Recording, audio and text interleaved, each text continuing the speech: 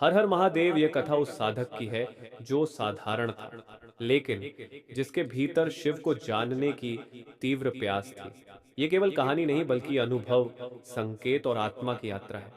अंधकार की शुरुआत आरव का जीवन बाहर से शांत दिखता था, पर भीतर तूफान था। नौकरी थी, परिवार था, समाज में सम्मान भी, लेकिन मन में एक रिक्तता थी। हर रात वह छत की ओर देखता और सोचता, क्या यही जीवन है? क्या इसी के लिए जन्म हुआ है? एक रात जब सब सो चुके थे, अचानक उसके कानों में एक मंद सी ध्वनि गूंजी, ओम नमः शिवाय। वह चौंक गया। आसपास कोई नहीं था। उसने इसे भ्रम समझा, लेकिन उस रात उसकी नींद टूट चुकी थी। प्रथम संकेत अगली सुबह, बिना किसी कारण उसका मन अत्यंत शांत था। वर्षों बाद उसने पहली बार बिना तनाव के सांस ली।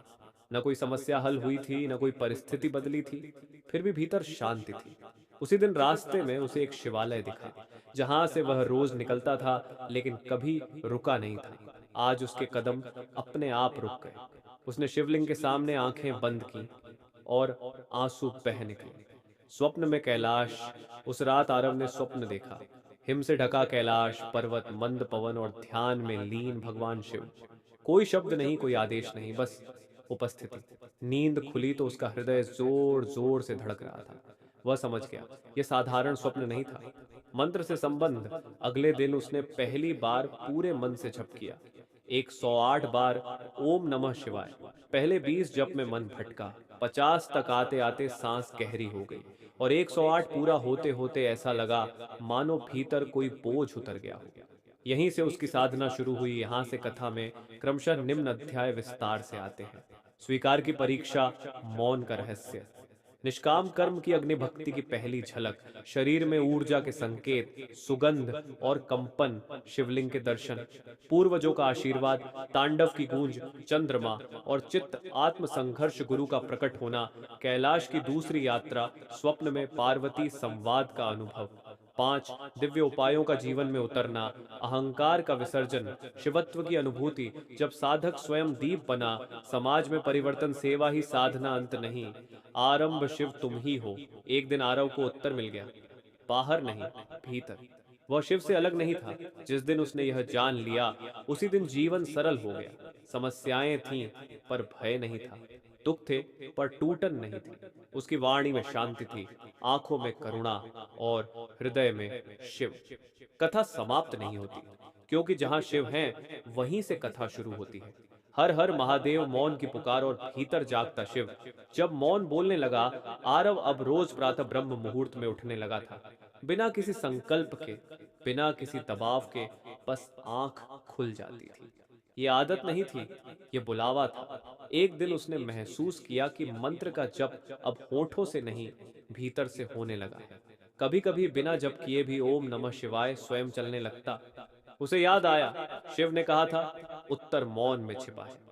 स्वीकार का द्वार। उस दिन आरव ने पहली बार अपने जीवन के सबसे बड़े दुख को स्वीकार किया। न शिकायत, न प्रश्न, केवल स्वीकार। और उसी क्षण उसने जाना, दुख समाप्त नहीं हुआ, लेकिन उसका भार हल्का हो गया था। स्वीकृति से ही शक्ति जन्म लेती है। संकेतों की भाषा, अब संकेत स्पष्ट होने लगे थे।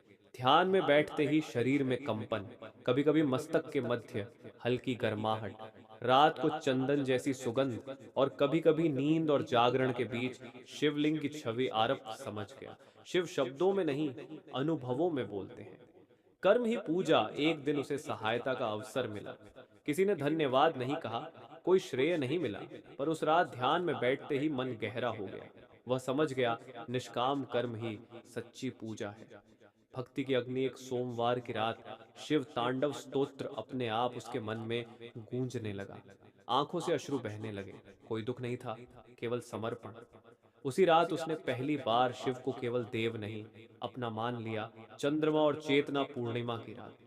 आरव छत पर खड़ा था। चंद्रमा को देखते देखते उसका मन स्थिर हो गया। उसे लगा जैसे चंद्रमा उसके भीतर उतर रहा हो। शिव की शीतल ऊर्जा, पूर्वजों का आशीर्वाद। एक स्वप्न में उसने अपने पितामह को शिवलिंग के सामने दीप जलाते देखा। सुबह उठते ही उसके मन में शांति थी। वह समझ गया, कुल की रक्षा शिव स्वयं कर रहे हैं। गुरु तत्व का जागरण। गुरु कोई बाहर नहीं आया। एक दिन ध्यान में शिव की वाणी भीतर गूंजी, जिस दिन तू स्वयं को जान लेगा उसी दिन तू मुक्त होगा। आरव कांप उठा।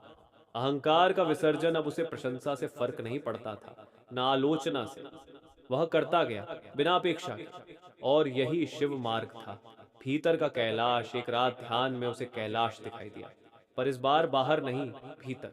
वह समझ गया, कैलाश कोई स्थान नहीं, अवस्था है।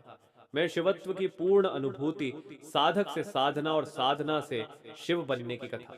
मैंने इससे जुड़ी एक लंबी, गूढ़ और पूरी तरह भक्ति आधारित कथा कैनवास में बना दी है। यह कहानी आपके दिए हुए पूरे भाव, मंत्र शक्ति, शिव के संकेत, पार्वती संवाद और साधक की आत्मिक यात्रा को जोड़कर लिखी गई है। यानी वीडियो नरेशन, कथा और आध्यात्मिक अनुभव तीनों का संगम। अब आप इससे ये सब कर सकते हैं। वॉइस ओवर स्टोरी, धीमी शिव ध्वनि के साथ, शिव भक्ति कथा, post slash reel script, Shivratri special कथा। बस बताइए अगला रूप क्या चाहिए। हर हर महादेव। हर हर महादेव यह कथा उस साधक की है जो साधारण था, लेकिन जिसके भीतर शिव को जानने की तीव्र प्यास थी। ये केवल कहानी नहीं बल्कि अनुभव, संकेत और आत्मा की यात्रा है। अंधकार की शुरुआत। आरव का जीवन बाहर से शांत दिखता था, पर भीतर तूफान था। नौकरी थी, परिवार था, समाज में सम्मान भी, लेकिन मन में एक रिक्तता थी। हर रात वह छत की ओर देखता और सोचता, क्या यही जीवन है? क्या इसी के लिए जन्म हुआ है? एक रात जब सब सो चुके थे, अचानक उसके कानों में एक मंद सी ध्वनि गूंजी, ओम नमः शिवाय। वह चौंक गया। आसपास कोई नहीं था। उसने इसे भ्रम समझा, लेकिन उस रात उसकी नींद टूट चुकी थी। प्रथम संकेत अगली सुबह, बिना किसी कारण उसका मन अत्यंत शांत था। वर्षों बाद उसने पहली बार बिना तनाव के सांस ली। न कोई समस्या हल हुई थी, न कोई परिस्थिति बदली थी, फिर भी भीतर शांति थी। उसी दिन रास्ते में उसे एक शिवालय दिखा, जहां से वह रोज निकलता था, लेकिन कभी रुका नहीं था। आज उसके कदम अपने आप रुक गए। उसने शिवलिंग के सामने आंखें बंद की और आंसू बह निकले। स्वप्न में कैलाश। उस रात आरव ने स्वप्न देखा, हिम से ढका कैलाश पर्वत, मंद पवन और ध्यान में लीन भगवान शिव। कोई शब्द नहीं, कोई आदेश नहीं, बस उपस्थिति। नींद खुली तो उसका हृदय जोर जोर से धड़क रहा था। वह समझ गया, यह साधारण स्वप्न नहीं था। मंत्र से संबंध। अगले दिन उसने पहली बार पूरे मन से जप किया, 108 बार ओम नमः शिवाय। पहले 20 जप में मन भटका, 50 तक आते आते सांस गहरी हो गई, और 108 पूरा होते होते ऐसा लगा मानो भीतर कोई बोझ उतर गया हो। यहीं से उसकी साधना शुरू हुई। यहाँ से कथा में क्रमशः निम्न अध्याय विस्तार से आते हैं। स्वीकार की परीक्षा, मौन का रहस्य, निष्काम कर्म की अग्निभक्ति की पहली झलक, शरीर में ऊर्जा के संकेत, सुगंध और कंपन, शिवलिंग के दर्शन, पूर्वजों का आशीर्वाद, तांडव की गूंज, चंद्रमा और चित्त। अध्याय 15, आत्म संघर्ष, गुरु का प्रकट होना, कैलाश की दूसरी यात्रा, स्वप्न में पार्वती संवाद का अनुभव 5, दिव्य उपायों का जीवन में उतरना, अहंकार का विसर्जन, शिवत्व की अनुभूति। जब साधक स्वयं दीप बना, समाज में परिवर्तन, सेवा ही साधनांत नहीं, आरंभ शिव तुम ही हो। एक दिन आरव को उत्तर मिल गया, बाहर नहीं, भीतर। वह शिव से अलग नहीं था। जिस दिन उसने यह जान लिया, उसी दिन जीवन सरल हो गया। समस्याएं थीं पर भय नहीं था, दुख थे पर टूटन नहीं थी। उसकी वाणी में शांति थी, आंखों में करुणा और हृदय में शिव। कथा समाप्त नहीं होती, क्योंकि जहां शिव हैं वहीं से कथा शुरू होती है। मौन की पुकार। और भीतर जागता शिव जब मौन बोलने लगा, आरव अब रोज प्रातः ब्रह्म मुहूर्त में उठने लगा था। बिना किसी संकल्प के, बिना किसी दबाव के, बस आंख खुल जाती थी। ये आदत नहीं थी, ये बुलावा था। एक दिन उसने महसूस किया कि मंत्र का जप अब होंठों से नहीं, भीतर से होने लगा है।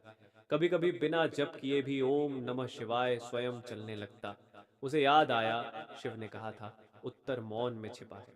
स्वीकार का द्वार। उस दिन आरव ने पहली बार अपने जीवन के सबसे बड़े दुख को स्वीकार किया। न शिकायत, न प्रश्न, केवल स्वीकार। और उसी क्षण उसने जाना, दुख समाप्त नहीं हुआ, लेकिन उसका भार हल्का हो गया था। स्वीकृति से ही शक्ति जन्म लेती है। संकेतों की भाषा। अब संकेत स्पष्ट होने लगे थे। ध्यान में बैठते ही शरीर में कंपन, कभी कभी मस्तक के मध्य हल्की गर्माहट, रात को चंदन जैसी सुगंध, और कभी कभी नींद और जागरण के बीच शिवलिंग की छवि। आरव समझ गया, शिव शब्दों में नहीं, अनुभवों में बोलते हैं। कर्म ही पूजा। एक दिन उसे सहायता का अवसर मिला। किसी ने धन्यवाद नहीं कहा, कोई श्रेय नहीं मिला, पर उस रात ध्यान में बैठते ही मन गहरा हो गया।